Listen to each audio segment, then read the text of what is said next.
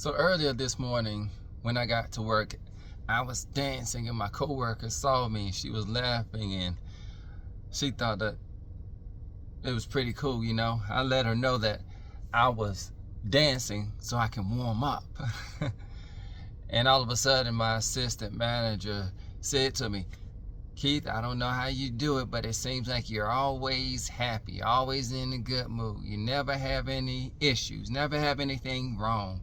And to me, his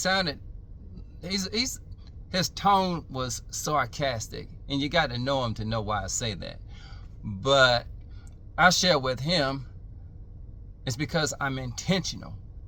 Each and every day, I'm intentional to look for reasons to be grateful, reasons to have an attitude of gratitude, and that no matter how bad things may be going at the moment, it could always be worse. I share with him that I challenge myself to grow each and every day. And if you're challenging yourself, then you have purpose in your life. And if you have purpose, then you're going to make the best of each and every single day, each and every situation. And he was like, "Well, yeah, it just don't seem like you have any issues, any problems." And so I had to use a little sarcasm of my own. I shared with him that, okay, you want to know my secret? My secret is that I sniff a line of coke before I come in here each and every single morning. Well, I cracked myself up when I said it. But man, it's so unfortunate that so many people live a life of defeat. So many people have settled for a life of mediocrity, and they just don't understand individuals like myself who are intentional about making each and every single day count. It's so unfortunate. I'm so fortunate to get to a point in my life to where, like I've shared in my previous videos, I grew up very quiet and shy, very insecure coming up through school. And it wasn't until I graduated high school and started, when I was working at a warehouse, that I started to reflect back on my regrets of not being outgoing, not getting out of my comfort zone, because I didn't go to my high school's prom because I was too afraid to talk to girls. I didn't play sports in school, even though I knew I was a natural athlete. I really regretted not getting out of my comfort zone in my younger years. And so while working at this warehouse, I started to reflect back on how much I really regretted never being more outgoing. So I envisioned myself as the elderly version of myself, reflecting back over my life as I sat in the rocking chair on the front porch. And what I saw I didn't like, because I saw a life that was filled with regrets. And that's when it dawned on me that I don't want to get to the end of my life and reflect back over it and see a life that has been filled with regrets. No. I want to be able to see a life that has been fulfilled. I want to be able to look back over my life and be like, wow, I'm so glad I did that. Instead of looking back over my life and saying, damn, if only I had done that. But at that time, it would be too late. This was a transitional moment for me, because it lit a fire under my behind to let me know that time is of the essence. Time is truly of the essence. The clock is ticking, tick tock, tick tock, tick tock. And that I owe it to myself to carpe diem, to seize the moment and make each and every single day count.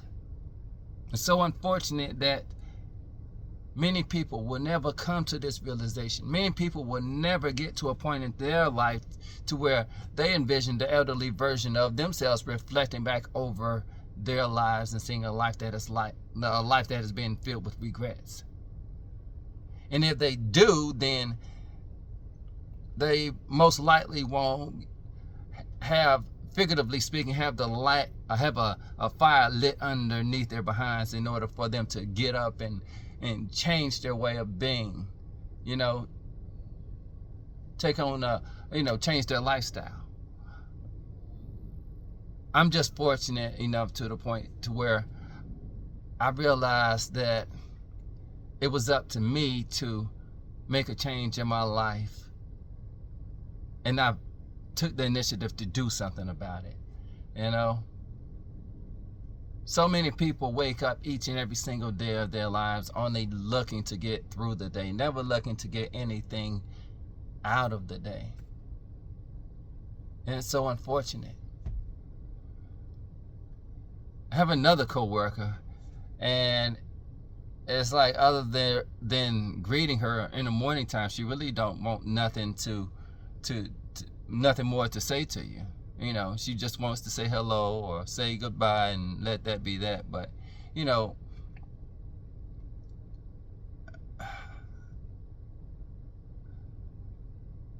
I know in this economy it's a lot going on. You know, people have lost their SNAP benefits. The government shut down, and jobs are cutting back overtime and laying off employees. And there's a lot going on in this economy, man. But in spite of this, we're talking about your life. Your life. In spite of all of what is going on in this economy, you owe it to yourself to make the most out of your life. You owe it to yourself to take back your power and not allow your circumstances to have so much power over you to where you feel like your circumstances are the reason that you behave the way you do. Your circumstances is the reason as to why you live a life of defeat. No. Life is short. Of course, you do what you can in order to make sure that you're taken care of, without a shadow of a doubt. But just know that you don't want to get to the end of your life and be like, damn, I wish I had lived more. I wish I didn't live a life of defeat. I wish I wasn't so mean. I wish I would have done more with my life. You don't want to get to the end of your life and say this to yourself. Nobody does. But not everyone is willing to take the initiative to make change. And I tell you what, about when you have negative coworkers, negative Nancys and negative Neds, you know, it brings down the workplace morale. And, you know, so many people are, you know, you can't trust everybody you work with. Well, hell, you can't trust family members, some family members. But you can't trust some of your coworkers, because they'll throw you under the bus to make you feel low as them, you know. But, and it's so unfortunate that it has to be that way. But so many people, you know, crabs in a barrel, the figuratively speaking, the crabs in the barrel. You know, people, certain individuals hate to see someone else doing good, and so they have to pull them down in some form or fashion. So unfortunate it has to be that way. But, and it's so unfortunate that so many people would never take the initiative to improve their quality of life. They are content with blaming and complaining, blaming this person and blaming that person for their faults, for their shortcomings. Each and every single day, I wake up and I'm intentional about making Every day count. And I just want to be a light to help others to see that, hey, life doesn't have to be perfect to be wonderful. Look at Keith. He's a perfect example of that. But some people are stuck in their way of life. And, it's unfortunate, but to each his own.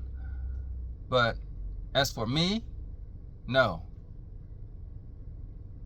I'm going to be intentional about making each and every single day count. And I strongly encourage anyone to do the same. Why? Because we all owe it to ourselves to do better and be better so we can make our individual worlds better. If you like the words that I have shared in this video, then by all means, please like, comment, share, and subscribe. I greatly appreciate it. God bless.